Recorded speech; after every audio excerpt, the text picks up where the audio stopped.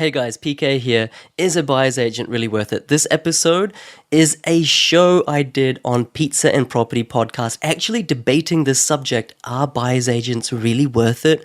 With a real buyer's agent going through so many pros and cons and getting to a conclusion. Okay, it's going to be really fun. Not only is it knowledgeable, it's a really fun, entertaining episode that I did on Pizza and Property. Here it is. Hope you guys enjoy it. Catch you later. Welcome to the Oz Property Investment Mastery Podcast. My name's PK and I help busy people build passive income by buying top 5% growth and cash flow property and build a portfolio using data without wasting months doing research, spending weekends at inspection or catching flights, or dropping $10,000 to $20,000 on buyer's agents every single time. So if you're confused, lack confidence, and just overwhelmed with all the information and marketing misinformation available online and don't know where to start, then this show is for you. Is a buyer's agent actually worth it? We've got Joe Tucker from Property Principles. He's obviously a buyer's agent, also co-founder of the Oz Property Investors Group, debating none other than PK Gupta. Now, PK runs a very successful property investing course, also a very successful Facebook group, and is famously not a big fan of buyer's agents. I'm going to be reading out 4 statements. They're going to be giving me their responses to each of them as to why they think they're true or why they think they're totally a farce. And by the end of this episode, we should have a lot more clarity to the question, is a buyer's agent actually worth it? Joe, PK, how you going, guys? G'day, mate. How are we? Hey, Todd. And this is a little bit exciting. I know I say every episode's exciting, but I think this is really like, I want to say back from popular demand, but this has never happened before. Not just on our show, but I think like in general, like maybe somewhere in the universe this has happened, but really, like, is about buyer's agent worth it? Seems to be a question that always gets thrown around. I know it's thrown around in your group quite a lot, Joe. I don't know if it's thrown around quite as much in yours, PK, but just even in the circles that we all sort of move in, it's something that is a very common piece. To have both of you on the show, obviously Joe Tucker, an avid buyer's agent yourself, very successful in what you're doing. PK, your course is it's making a lot of people a lot of money. It's doing good things as well. Both of you guys are very good at what you do, but you both come at it from very different angles. So before we get into the debate, I just wanted to know, do you guys have anything that you wanted to sort of kick things off with? Yeah. No, 100%. Like I was saying before as well, and I just want everyone to know, even though I'm going to rip Joe to shreds in this debate. No, I'm just joking. I like how we have the 3 nicest people in real estate in a debate. No, that's seriously what I mean. Like, without going on and on, I just want everyone to know I have a lot of respect for Joe, and he's actually a good buyer's agent. He hasn't paid me to say this, and even though I'm going to rip him to shreds. Okay, yeah. Joe, anything you want to say? Appreciate that. It's a good point to make when you are going to lose a debate, is just to, build the other person up.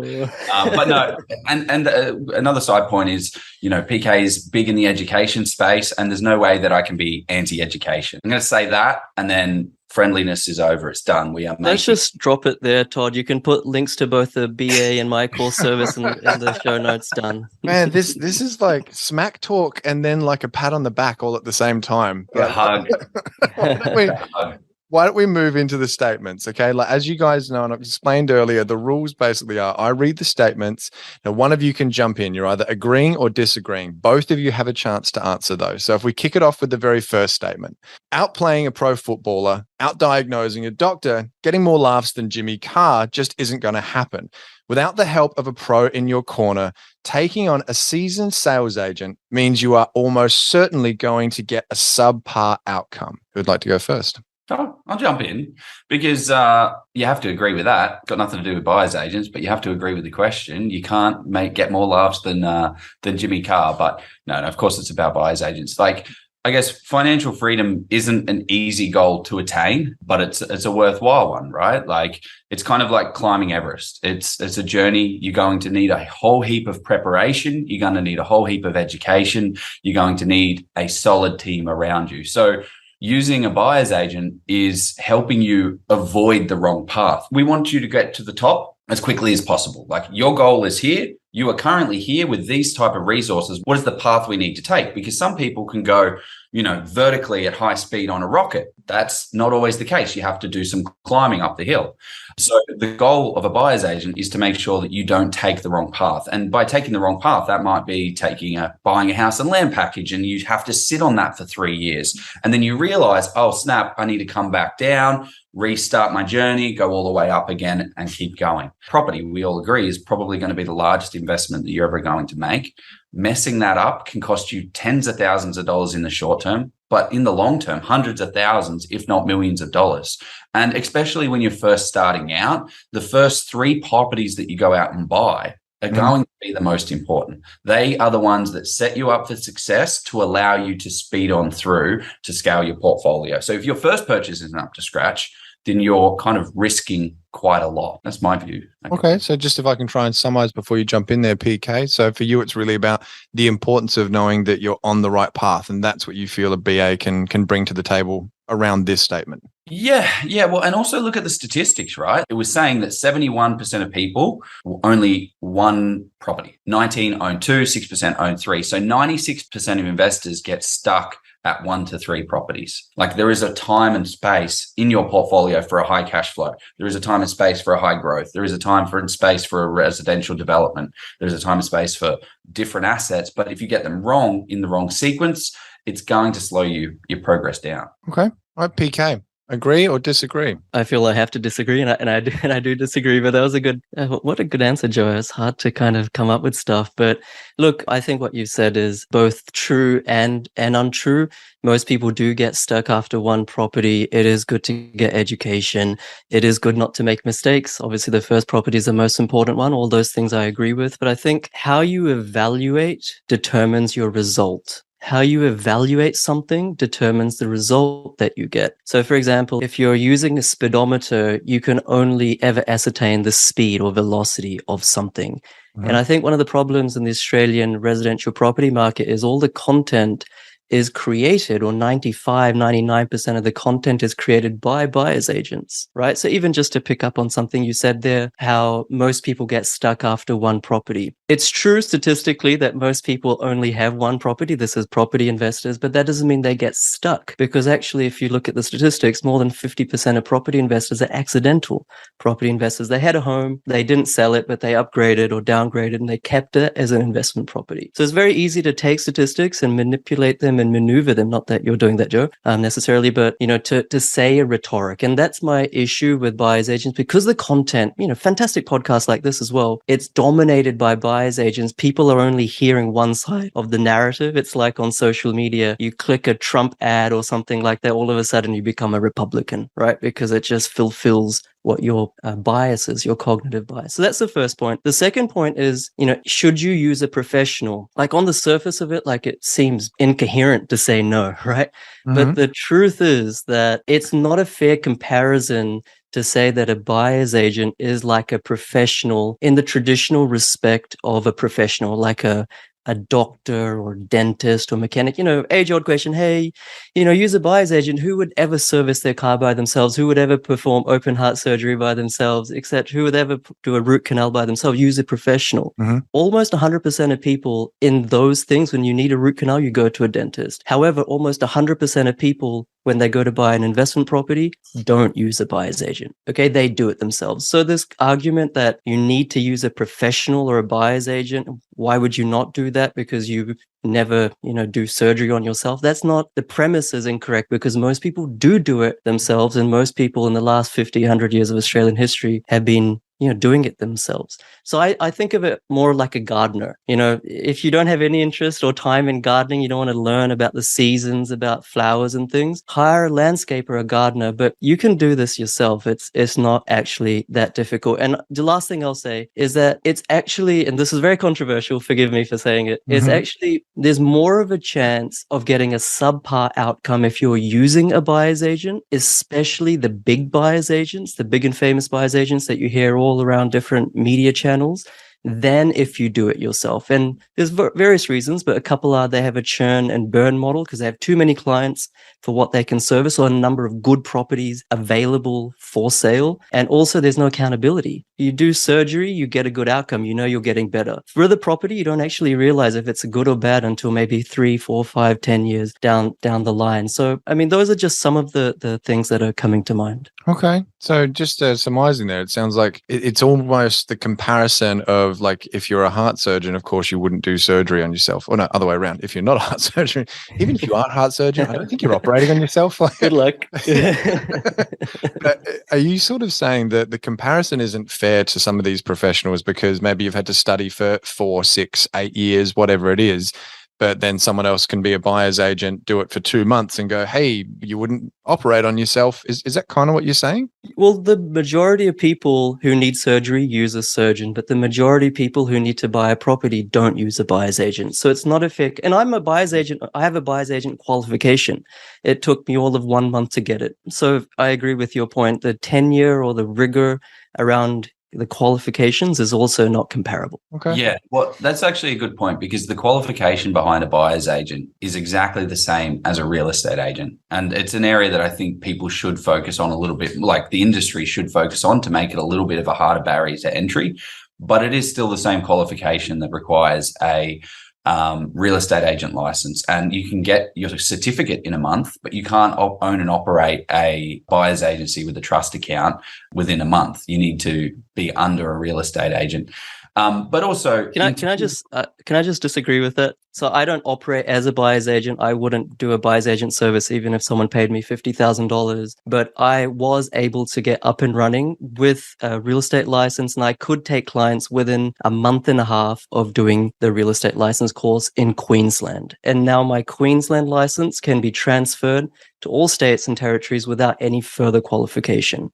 So that's the reality. And, you know, there's a lot of ways in the last year or two where now 3,000 new buyer's agents that have just become buyer's agents in the last 3 years have done exactly that. Okay. Mm-hmm. So one of the things is that you're talking about is like the statistics behind buyer's agents and new buyer's agents. So if there's 3,000 new buyer's agents, there must be a market for that demand. So people are wanting more and more to use a buyer's agent. About 4% of transactions throughout Australia are done by a buyer's agent.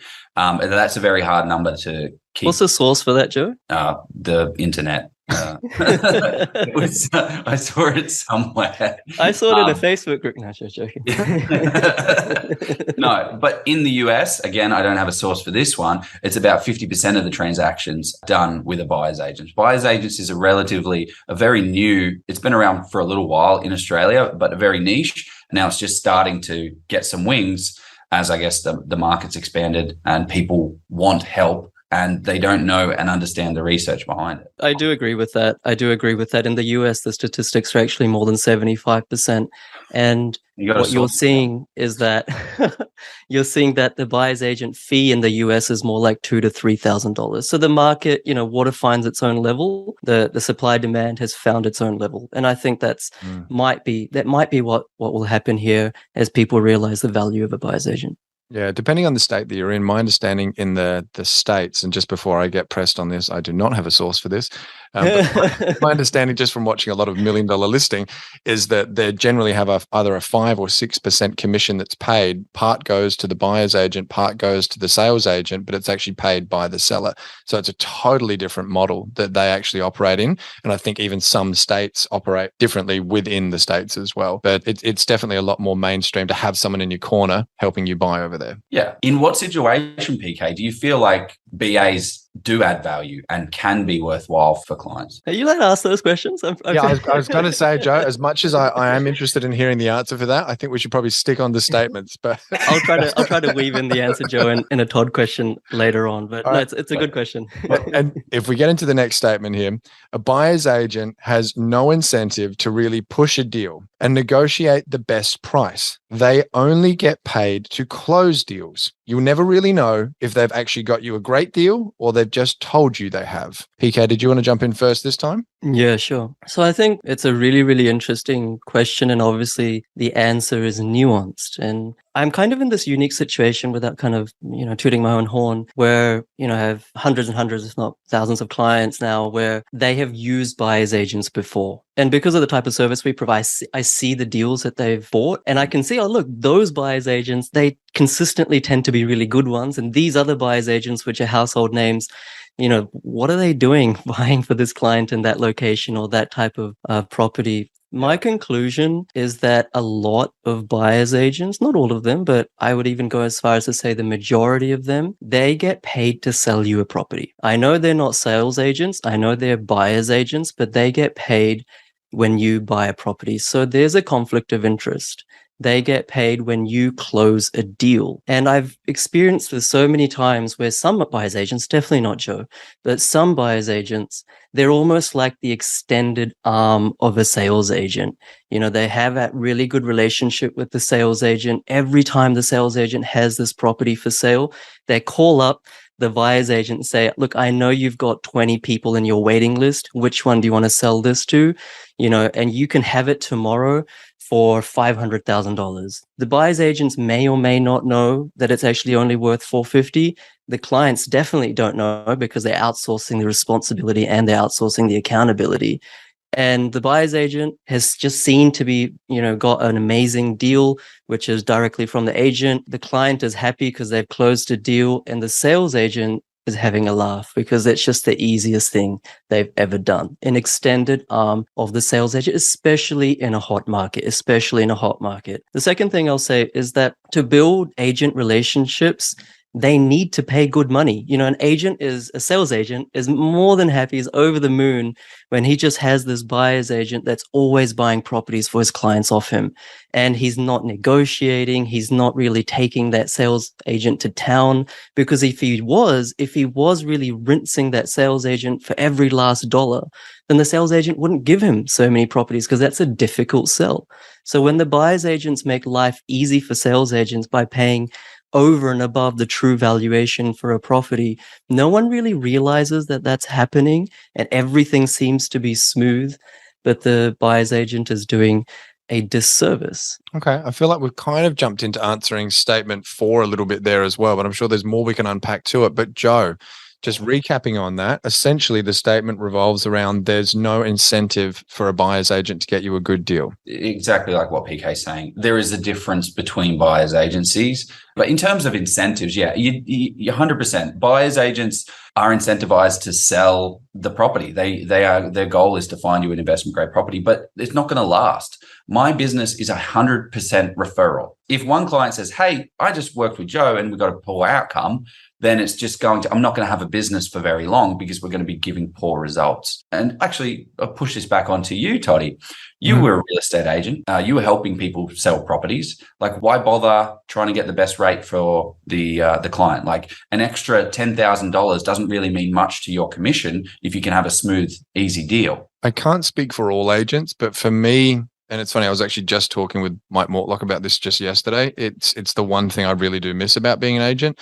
It's the sport. I loved it. You push back, it's a game, and all of a sudden, you're right. If I got someone an extra 10, 20, 50 grand, my commission, it would change. But by the time you take out GST, the house split, everything else, you're doing it for a few $100s. Like, it's not really much. But that incentive, when someone can now retire 2 years earlier or like go on an overseas holiday that they never thought possible, that genuinely feels amazing to do that. So, but again, that's me. I don't know if every agent really operates that way. Yeah. I think it comes down to the person, like you're saying, Joe. It comes down to the operator. Yeah. And I'll probably just say on that point that, like, you're right, a business, the number one feature of a good business is loyalty. It appears that that's the case in your business, Joe. Talking buyer's agents in general and picking up on that point of a business won't survive, I don't think that's true. There's plenty of businesses, both buyer's agents and in other industries, that have survived and flourished where they're actually not doing the best job for their clients. I can think of already dozens of buyer's agents, especially those who are maybe 5-10 years old, great Google reviews, all of this stuff. But when you see the results, it's the negative stories don't really come out that easily. So that's a problem in our industry. It's unregulated. It's a problem in every industry. Yeah. So it's sort of like buyer beware.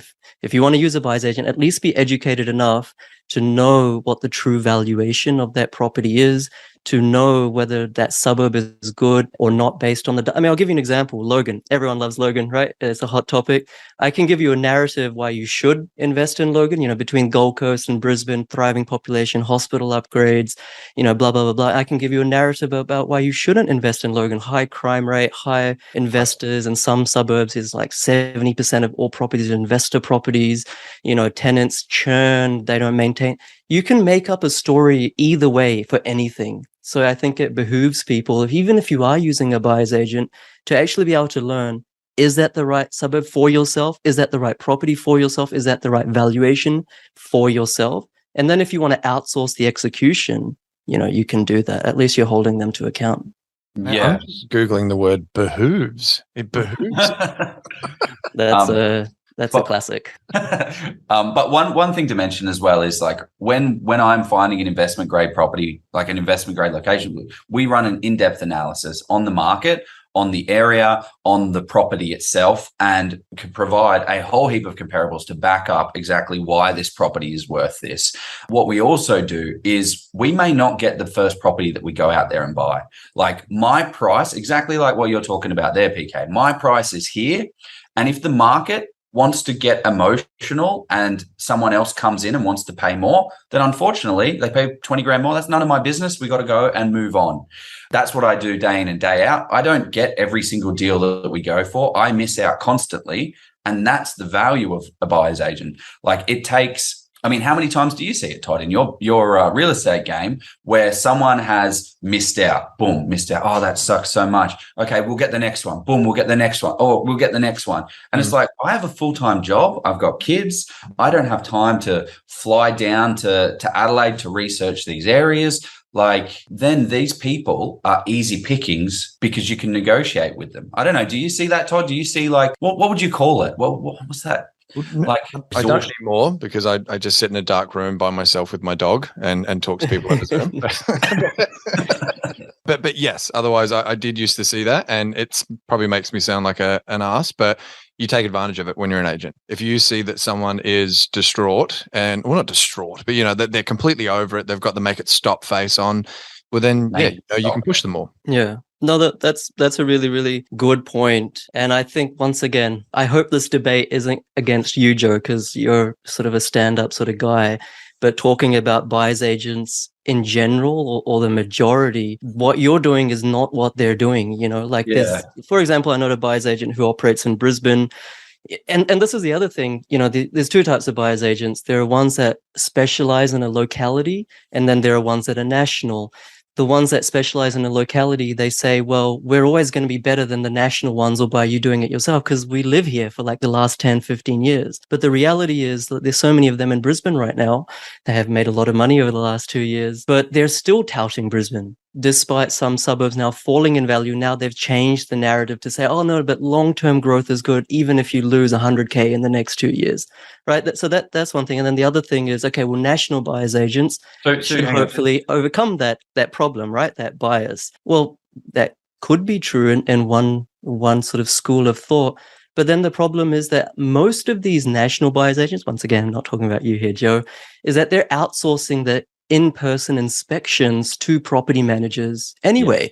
There's one that my client told me about recently that they use. Even in the contract for the buyer's agent, it says, we do not guarantee that your property will be inspected, right? And when I hear sort of stuff like that, that kind of really boils my blood. It's like, what are you paying for? Just before we continue down this path, the original point was there's no incentive for a buyer's agent to actually push the deal. Yeah. We may have strayed a little bit from the path, but just again, in the interest of time, I'm assuming it's safe to say, Joe, you disagree with that and say there is absolutely incentive. PK, you would be backing that, saying, no, they don't really have the same incentive. Am I correct in saying that? I forget what the question was, but I think that most buyer's agents are extended of the sales agent. Okay, Yeah. cool. Absolutely. Now, a statement that doesn't really agree with either of you, because I feel that this is also very much a my client, but this one just kind of tries to shut down both and says, you don't need a course, you don't need a BA, just read books, listen to podcasts. I've built a $5 million portfolio just by learning on the go as I went along. I didn't waste money on either because it gave me more to put towards actually investing in property. And just to clarify there, that is not a quote from me. That is a quote from someone that will remain anonymous when I was actually writing the statements for this episode. Who would like to go first? His name was Stod's Tone. I'll let PK go first. But one thing I just wanted to ask you, Todd, is, you've built an amazing portfolio. You love property. That genuinely wasn't me. Like that. Well done on your $5 million portfolio, mate. Mine's 3. Like, that wasn't. that seriously wasn't me. No. Oh, because the question that I was going to say there was, what business are you in? And it's real estate, right? You have all of the backing, so that's not you. Don't PK, jump in, mate. Let's get the party started. No, I think we're going to be on the same page here, Joe. I can kind of feel it already. I think the problem statement is that there's too much of a chasm. There's too much of a divide between doing it alone and for a person to synthesize all of this fragmented data and information and opinion online and forums and podcasts and stuff. They just get overwhelmed. All right. And it's like, oh man, I just don't really want to make a mistake. Joe and all the other 3,000 buyers agents are right. I should use one because I don't want to make a mistake. It's also overwhelming, right? But there's a divide between that and then having to use a buyer's agent. All right. So I would always say, if you can avoid paying for stuff and you have the ability to do it yourself, do it yourself. But that doesn't mean if you don't, that you all of a sudden need to jump to a $12,000, $15,000 solution, right? Every single property. I think there's something in the middle. The answer isn't binary. A lot of the time people, they don't do it themselves because of lack of confidence, but then they don't want to use a buyer's agent. Like, there's something in the middle. It's education. Right. And if you can be educated, I don't care if you use my course or whatever, lots of good courses, lots of bad courses out there. But there's something in the middle where, okay, I don't have 15 hours a week to make this a part-time job, but I do have 3 to 4 hours a week, over a couple of months to learn and execute. And that is practical if you're learning in a systematic, structured way. And if you don't have 3 to 4 hours in a week, then perhaps that's when you look at a buyer's agent, right? So I'm trying to be unbiased. This is just the honest truth of the matter. But I think the problem, once again, lies with, if you just go with a buyer's agent willy-nilly, there's no strategy development.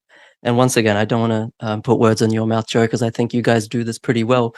But a buyer's agent is not going to sit down with you and say, all right, in 15 years, you want 100K passive income. How many properties will you need? What are their respective values? What are their respective yields? Which ones will you keep forever? Which ones will you sell? How do we structure your lending strategy? Yeah, this is something that's missing from the buyer's agent traditional model. I know, Joe, you guys do it really well, but most buyer's agents don't. It's a transaction for them. And so then you're kind of in this position. You've got a couple of properties, you paid for a couple of buyer's agents, but you're like, okay, I don't know if they're good. I don't know where the next one should. I don't know my strategy. I'm still kind of lost. And then you're like, oh, well, let me just continue using the buyer's agents. And all of a sudden, you've bought 5 properties and outlaid $50,000 to $100,000 on buyer's agent fees. That could be a deposit. That's almost 2 deposits, right? So that's kind of my answer, that before you pay for a course, try to do it yourself.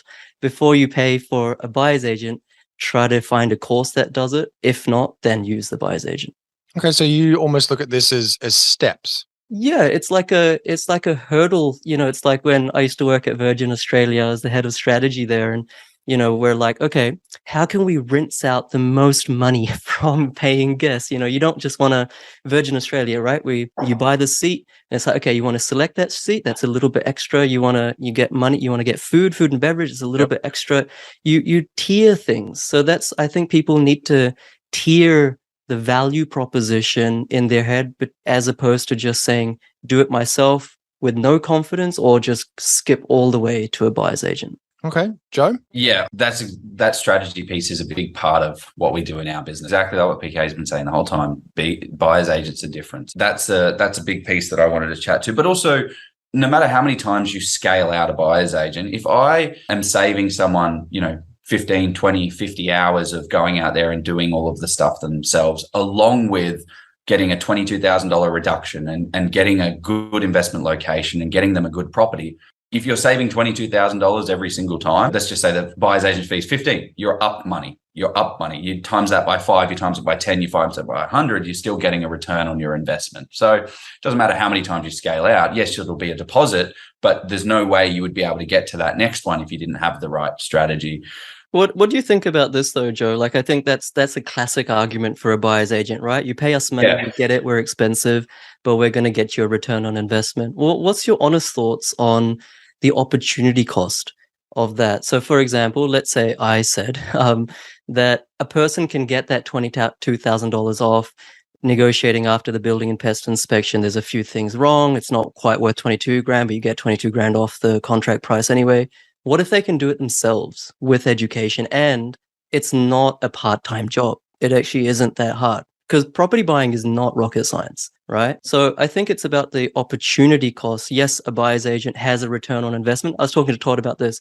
I actually think that there's a return on investment on good buyer's agents, but the opportunity cost is that same returns without the cost, with the empowerment of being taught how to fish instead of just being given a fish. You are going up against a trained expert in property negotiation. So when it comes to the negotiation, I've been doing sales for 13 years. I know how to negotiate with salespeople. But could we make this less about you, Joe? Because let's just generalize. Well, then, I mean, actually, you know what? To make a good point on your side of the things, I was the head of sales for a legal technology company, and I love property. I was messaging you, PK. I was messaging you, Todd. We were, I built this group. It's been amazing. I wasn't the busy person in the world. I worked 9 to 5:30, did that every day, but I still used a buyer's agent to be able to go out and find an investment grade property. Now, the first property that I bought was through a buyer's agent, exactly what PK was saying there. A general location, but I still used a buyer's agent to be able to do it because they saved me the time, the energy, the resources, the missing out on property. They missed out on a property. There's no emotional impact to me. They take all the brunt. Hey, do we get that one? No, we didn't. Great. On to the next one. Perfect. Let's go to the next one. It didn't take anything away from my life. And if you put a part-time effort into something, you're going to get a part-time result. If you put a full-time effort into something, you're going to get a full-time result. And that's what buyer's agents do all day, every day, is they work on finding, negotiating, and securing property. So coming back to the point then, Joe, and especially like kind of wrapping around your statement there around, no, it's all right, you're on it. If you put a part-time effort in, you're going to get a part-time result. If you put a full-time effort in, you're going to get a full-time result. The point here being you don't need either just do it yourself. If you do want to just do it yourself, you need to be putting in a full-time result. Is that kind of what you're saying? If you want to do it yourself, you need to put, full-time effort in. And also, actually disagree with one of PK's points there about getting educated. No, you said like you should, like, if you want to try it yourself and then get educated, 100% do not do that. Get educated first, because you're going to do exactly like what I spoke about at the beginning. That's what I mean, Joe. I don't mean just take a stab in the dark. What I mean is like, try to get educated yourself before paying for a course or something like that. If I can jump in on that for anyone listening as well, educated doesn't mean sign up to my 2-hour free seminar so I can sell you off the plan apartment. No. Just for everyone, none of us are saying that. I don't even need to ask you guys if you agree with that. And that's the other thing. That's one of my pet peeves, Todd, where a buyer's agent creates a $1,000, $2,000, $3,000 course, and it's like, that's a gateway drug onto their full service, because that they're not going to give you everything you need. And it's like they've made $3,000 and now they're going to make another $15,000 because now you've built trust in them. You've listened to someone for 10 hours in a course. You're like, this guy's legit. It's a classic bait and switch. But coming back to your point, Joe, around it sounds really cool. A full-time job or full-time endeavor is going to give you a full-time result. Part-time. I'll come back to my analogy of gardening. I love gardening. There's a thing that that says that the best fertilizer is the gardener's shadow, right? That I found that to be very, very true. But I'm a very good gardener. I can see my backyard right now. There's pawpaw trees, mango trees, all sorts of things, but it's not a full-time job. All right. I probably YouTube every couple of weeks, learn how to sow a seed in a particular type of plant or whatever, and it gives me fruits. So I feel that property investing is the exact same. If you can educate yourself, and I'm not just saying watch a YouTube video every couple of weeks, but educate yourself seriously, 3, 4, 5 hours a week, including implementation for 2 weeks. That is not a full-time job. That's not even a part-time job. You'll get the fruits. If we go to the last statement here, so much of the value a BA offers is in leveraging existing relationships to provide off-market deals for their clients. Even if you know everything about an area, you can't compete with a strong existing relationship that gets the first phone call. Who would like to go first? You go, PK. I'm sure you've got some top tips on there. You know, buyer's agents talk about relationships, and they do have relationships. I heard a buyer's agent once say that we've been buying in this area for 5 years. There is no way you can compete with our level of relationship, and you know, we're like part of the fabric in this suburb or in this cluster of suburbs. And then I asked that buyer's agent, I'm like, why have you been buying in the same area for 5 years? Like, surely if it was a good area, it would have gone up and you'd move on to the next area or to the next quote unquote hotspot, to which they had no reply. So once again, not everyone's like this, but when you're a new property investor, when you're a newbie and you're listening to podcasts like these, it's so easy to be tripped up and, you know, cajoled as prey for a lion. You're just eating up anything they say. You need to be very careful of what you accept and what you reject. And the second thing is, let's just call a person Bennett. They lived in Melbourne, and this is in start of 2021, right? Bennett, fresh migrant from India. I have a lot of migrants that I work with, but he's not a client. Let's go with that. And, you know, he wanted to buy a property in the Gold Coast in a suburb called Pacific Pines. I love that suburb. It's a really nice suburb. And he was saying, look, PK, I want to buy it off market. I want to get a really good deal. I was like, well, just do what it says to do. And he did. And this is literally it. For 3 Mondays in a row, he picked up the phone to a bloke like Todd in Pacific Pines and said, hey, Mr. Agent, you know, this is my situation. I have my pre-approval ready to go. I'm ready to buy. This is my budget, et cetera, et cetera. If there's anything that comes online, anything that comes offline, off market, please give me a ring. I'll buy it off you. And then one Wednesday, after 3 weeks of doing this, spent 10 or 15 minutes cultivating that relationship every Monday. So this sales agent, she called Bennett and said, there's this unfortunate situation with this owner. They need to sell ASAP. They're a private person. It was actually a divorce. They don't want people to know about it. It's yours. The property is yours if you want it, but you need to get the contract signed today. Bennett picked up the phone with a property manager. Property manager went through it. It was only built 10 years ago, not huge issues or any issues really. He got the deal done that evening, right? That's a real story. And I don't want to take credit, right? Like anyone can do this. If he just simply got on the phone for 10, 15 minutes, cultivating that relationship with the sales agent over 3 weeks, you know, if he had that much time, anyone can get that property under market, off market. That property is worth about 750 or 800 right now. I bought it for about 500. So buyers agents can do the same thing. Incredible if you don't want to do those phone calls, but you can do it yourself as well. Okay. So building the relationship is something that anyone can do is your stance on this. This isn't something that's exclusive to buyers agents, and buyers agents that say we've got these really long-term relationships. You kind of see that as a bit of a red flag.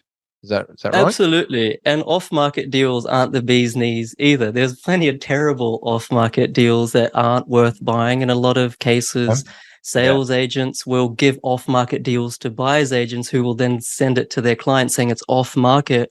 And the sales agent will, exactly. They'll say it's $50,000 more and they'll get ripped off. Yeah, and that's the thing, right? Like I get these emails all the time where I get this amazing off-market opportunity, and then they're like, "Hey, we've got this amazing off-market. Great, send it to me." What are you talking about? Why is it 500,000 when it should be 450? Like, if you don't, you can get on those lists, but do be aware. Like PK saying, like some of the lists are little tricky, sneaky ones. So as far as the relationship's concerned, then even getting that email, Joe, is that something that you put a lot of value on for buyers agents? Or actually, let me reword that. Is that something that you actually think buyers agents bring a lot of value to the table with? Yeah. And the question was, so much of the value of a buyer's agent offers in leveraging existing relationships. I wouldn't say the key point, if people are leveraging relationships to sell you their services, I don't think that that's the right way to go about it. I think it's very important to cultivate relationships. I was in Adelaide, last week, having breakfast with real estate agents, working with developers and things like that to be able to get hot leads in when they come in. So those relationships do exist. They are real. I'm servicing a off market at the moment. I just got a call from the agent just now. So we will end up buying that property, but you still have to do the research and the data and make sure that you're actually buying it at a good price. So I kind of agree and disagree with this. You can't compete with strong relationships if you have them, but a one call to one agent is a bit too far of a stretch to say, well, I just have one agent, I'll call in 15 minutes. No, you've got to call 5 agents. You call the top 5 agents in the area, call them for 15 minutes every day, and then eventually you'll find something. Just sounds like your guy got a little bit lucky potentially, but it is. No, he was doing exactly that. Not every day, but once a week. Just go on ratemyagent.com.au, top 5 agents, 10 minutes every Monday, done. Yeah, so every day you're going to annoy the crap out of No, you wouldn't do it every day. Sorry, I meant every week. But again, you've got to do it to 5 agents. So that's 10, 20, 30, 40, 50. So that's an hour. And then you've got to do the research.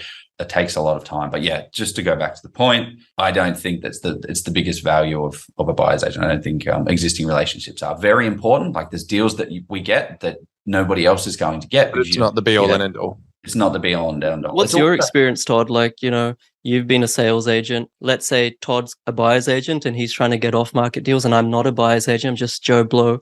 And we're both like, I'm a nice person. I'm just, how's your day? How's the weekend? Just heads up. This is what I'm all about. If people are nice, would you favor a buyer's agent, or are you kind of ambivalent as long as that person seems professional, is going to be easy to deal with and is a nice person? Yeah, I actually did a whole episode on this on the property couch with Bryce and Ben. I called it Return on Relationship. And it's totally true. There is a bias, but it's not even the fact that it's like, hey, they're a nice person. Sometimes it's just because they are a nice person, they're actually the first to pop to mind. And you might just think of them and you're like, oh, actually, yeah, PK's been looking for a property like this, or Joe's been looking for a property like this. But at the end of the day, for me as a former agent, it's still always had to be like at top of the list. Am I getting the best result for my client? And sometimes the best result, as we've said a million times on the show before, I'm sure both of you have said publicly as well, isn't actually a financial one for the client. And when I say client, I mean vendor in that situation. I've sold properties before and said to them, like, we can get you more money if we take this to market. But they're like, no, we've got XYZ happening. Like, we don't care if we can get an extra 20, 30 grand. If this can be closed now in like 20 days, then that's actually worth more to us.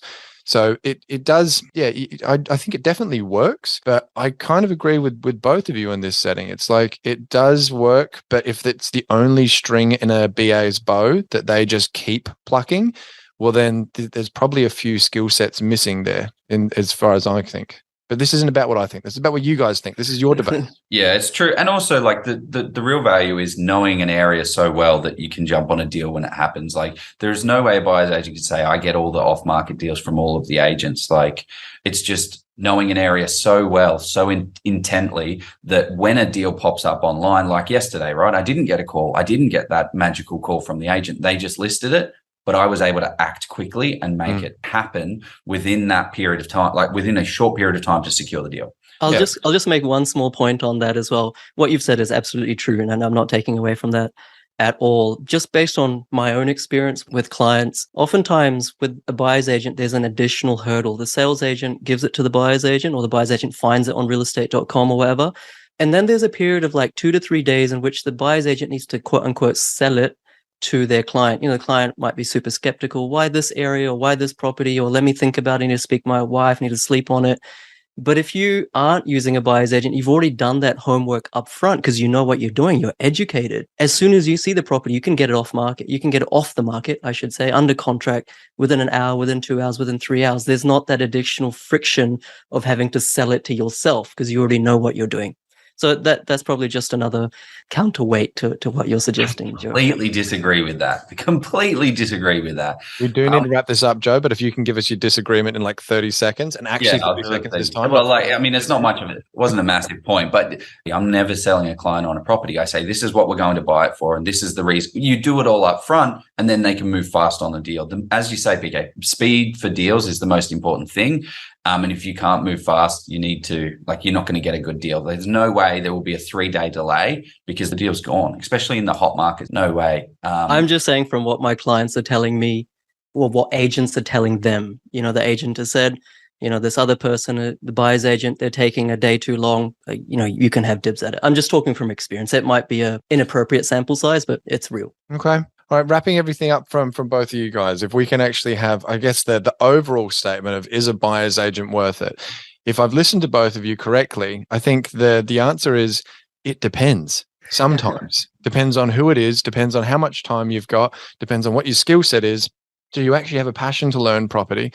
Because some buyer's agents, no, they're absolutely not worth it. They're garbage. Some buyer's agents, yeah, they're absolutely brilliant, worth their weight in gold.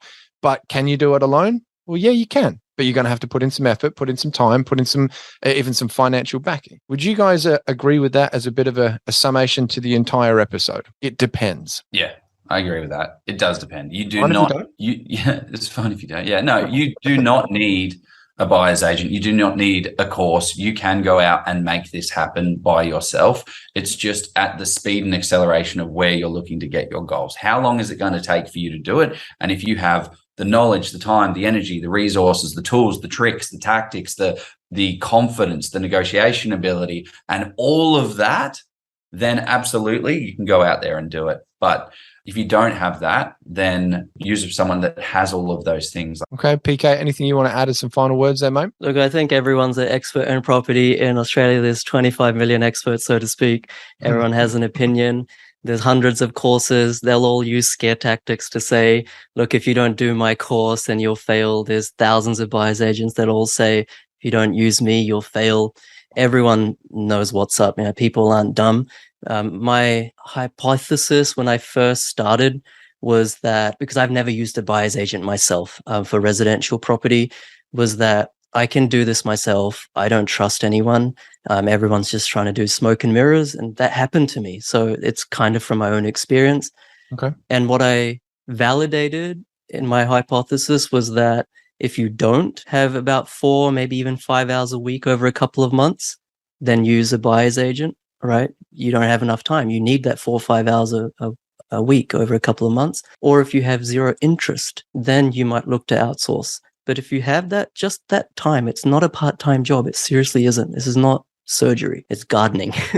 If you have that time, if you have interest, then you can do it yourself. That's always been my mission.